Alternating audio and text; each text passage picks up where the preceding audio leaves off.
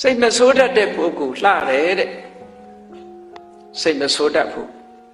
ဒေါသဖြစ်เสียတွေ့ပြီမဲ့လို့ तू ကသိခံခြင်းခွင့်လွတ်ခြင်းအပြုံးမပြတ်နေထိုင်ခြင်းတစ်ဖက်သားကအဲ့ဒါလို့အပြုံးမပြတ်နေပို့ပြီးတော့စိတ်ကတိုးလာတတ်သေးတယ်နော်သူ့ကိုမထီမဲ့မြင်လုပ်တယ်လို့ထင်ကောင်းထင်သေးတယ်အဲ့ဒါမျိုးဒါကတော့အလိုထင်ပေါ့ဒေါသမဖြစ်အောင်ထိန်းနိုင်ရင်တော့အကောင်းဆုံးပဲအဲ့ဒါလို့သိခံခြင်းအပြုံးမပြတ်ဒေါသမထွက်ဖဲဒီလိုဒေါသကိုချုပ်တီးဆောင်စည်းခြင်းဟာဘဝစတိုင်းမှာရုပ်အစဉ်လှပခြင်းရဲ့အကြောင်းတရားဖြစ်တယ်ဘယ်လိုပဲပြောစိတ်မဆိုးဘူးဥပမာဘာနဲ့တူတော့ဆိုလို့ရှိရင်မြေကြီးဟာဘယ်သူကပဲတူးဆွ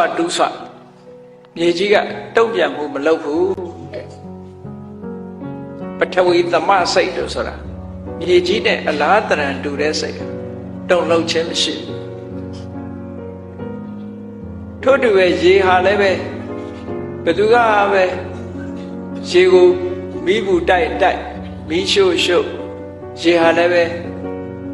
တုံ့ပြန်ခြင်းမရှိဘူးလေဟာလည်းထို့တူပဲတုံ့ပြန်ခြင်းမရှိဘူးမီးဟာလည်းထို့တူပဲတုံ့ပြန်ခြင်းမရှိဘူးတဲ့ဒါကြောင့်မို့လို့ဘုန်းကြီးတို့တွေရဲ့စိတ်ဟာမြေကြီးပမာတုံ့ပြန်မှုမရှိအောင်လေ့ကျင့်ယူရမယ်လို့ဒီလိုပြောတာနော်ဘယ်လိုပဲကိုယ့်ကိုလာပြီးတော့ပြောစိတ်မဆိုးအောင်ကျင့်ရစိတ်မဆိုးအောင်နေရဒါဖြင့်စိတ်မဆိုးအောင်နေဖို့အတွက်အတွေးတစ်ခုတော့ရှိရလိမ့်အတွေးမရှိဘဲနဲ့စိတ်မဆိုးအောင်နေလို့မဖြစ်နိုင်ဘူးပေါ့ဘာနဲ့ခုခံမလဲမေတ္တာနဲ့ခုခံရင်ခုခံသို့မဟုတ်ခန္တီဆိုတဲ့တရားနဲ့ခုခံရင်ခုခံခန္တီဆိုတာကိုဘုန်းကြီးတို့တွေတလွဲနားလည်နေကြတာရှိသေးတယ်နော်ပြန်မပြောဘူးငုံခမ်းနေတဲ့ကိုခန္တီလို့ဒီလိုထင်တယ်မဟုတ်ဘူးခန္တီရဲ့သဘောက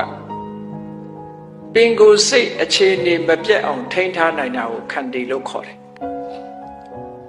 ပင်ကိုယ်စိတ်အခြေအနေဆိုတာလူတယောက်ကကိုယ့်ကိုမစော်ကားခင်တုန်းကကြည်လင်ပြီးတော့ငြိမ်းချမ်းနေတဲ့စိတ်ကလေးလားစော်ကားတဲ့အချိန်မှာအဲ့ဒီစိတ်ကလေးမပြောက်အောင်ထိန်းတာကိုခန္တီလို့